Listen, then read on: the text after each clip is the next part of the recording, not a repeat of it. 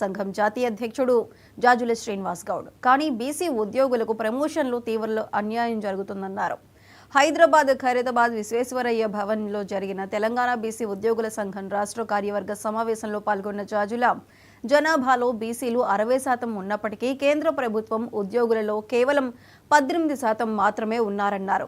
ఐక్యత లేకపోవటం వల్లే ఉన్నత ఉద్యోగులు అగ్రకులాల చేతుల్లో ఉన్నాయని, రాష్ట్రంలో వచ్చేది బీసీల రాజ్యమేనని, బీసీ ముఖ్యమంత్రి అయితేనే ఉద్యోగుల భవిష్యత్తు మారుతుందని తెలిపారు.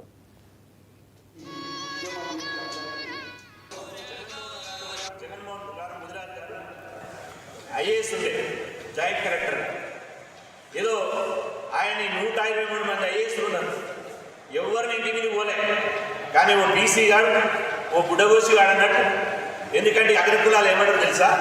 యాంట్రూమ్లో కూర్చొని బీసీలో చాదర శ్రీనివాస్ గౌడ్ కూర్చోండి ఒక్కటే బీసీ బీసీ అని తిరుగుతాడు. యాత్రలు అంటాడు, జాతరలు అంటాడు, సంఘటిత పోరు అంటాడు, చెలో హైదరాబాద్ అంటాడు, చెలో ఢిల్లీ అంటాడు. వాళ్ళేందా బీసీ గారు, బుడ్డగోసి గారు.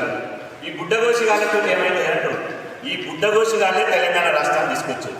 ఈ బుడ్డగోసి గాళ్ళే యూపీలో ముఖ్యమంత్రి చేశారు. ఇదే బుడ్డగోసి గారు తెలంగాణలో రేపు బీసీ రాజ్యాధికారాన్ని 100% తీసుకురాబోతున్నారు. అది రాష్ట్రపతి. ఈరోజు నేను అంటున్నా, జగన్మోహన్ గారు ఆ రోజు ఏసీబీ ఆయన మీద రైడ్ చేస్తే నేను వెంటనే వచ్చి ఏసీబీ ఆఫీస్ ముందర కూర్చొని ప్రెస్ మీట్ పెట్టా, కూర్చేసుకొని. ఏసీబీ అంటే మేము శుద్ధపూసలు అనే ఏసీబీ అంటే నిన్నమన్నాడు దాకా పోలీస్ స్టేషన్లు ఏం చేసిందో మా దగ్గర లేవా రికార్డు? మీరు ఏమేమి చేసారో ఏం సంగతో మా దగ్గర లేవా రికార్డు? మీరేమైనా ఆకాశంకి వెళ్ళి ఊడిపడ్డరా? జయశంకర్ భూపాలపల్లి జిల్లా కేంద్రంలోని యోధా హాస్పిటల్లో దారుణం జరిగింది.